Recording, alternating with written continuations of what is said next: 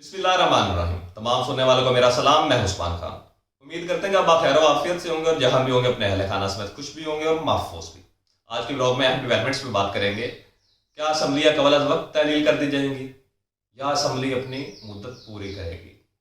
पाकिस्तान में इलेक्शन कब होने जा रहे हैं और इस वक्त पाकिस्तान तहरीक इंसाफ की क्या पोजीशन है और दीगर सियासी जमातों की पोजीशन पे भी बात करेंगे।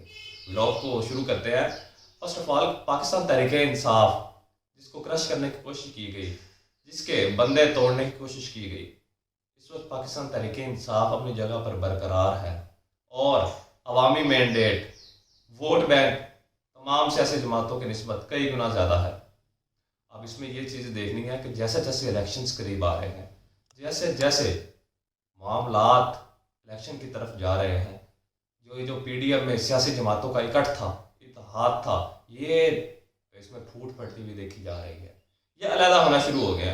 अब पाकिस्तान मुस्लिम लीग काफ जो कि पीडीएम का हिस्सा थी, वो उनके चौधरी सरवर साहब के बयान जो सामने आ रहे हैं, उनका ये कहना है कि ये जो हुकूमत है ये मुकम्मल तौर पर नाकाम हो चुकी है। यानी कि ये एक एंटी पीडीएम बयानिया शुरू कर लिया है, क्योंकि ये जानते हैं कि अगर पीडीएम के बयानिए के साथ चले तो इसका कोई वोट नहीं है और अवाम ने एंटी पीडीएम को वोट देना है और इस टाइम वोट बैंक सिर्फ और सिर्फ कप्तान का है। तो ये समझ चुके हैं और इसी के साथ साथ मुस्लिम लीग काफ के साथ साथ पीपल्स पार्टी भी अपने बयानिए को बदलती जा रही है और पाकिस्तान पीपल्स पार्टी भी पीडीएम से मुख्तलिफ नज़र आ रही है।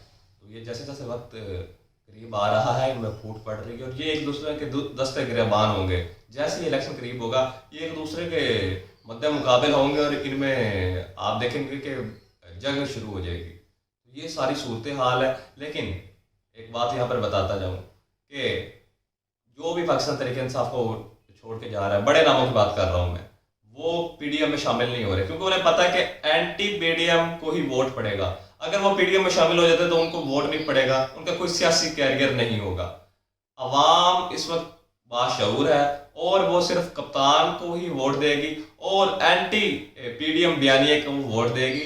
पीडीएम के साथ जो भी होगा वो सियासी तौर पर नाकाम हो जाएगा। तो ये इस बात को समझ चुके हैं और अब बात करते हैं कि क्या असम्बली है ये कबल अज़ वक्त तहलील हो जाएगी। तो इस चीज़ की मुख्तलिफ हल्कों ने तस्दीक की है कि असम्बलियाँ जो है वो कबल अज़ वक्त ही तहलील कर दी जाएंगी। फिर 90 डेज़, 90 दिन का टाइम होता है, 90 दिन के अंदर अंदर इलेक्शन करवाने होते हैं। तो ये इस हिसाब से अगर हो तो ये नवंबर तक ये इलेक्शन होंगे। सियासी जमातें जो हैं वो इसमें अपने भरपूर हिस्सा लेंगे और ये पीडीएम टूट जाएगी। एक दूसरे के मद्दे मुकाबिल होंगे और ये एक दूसरे के दस्तों गिरबान होंगे।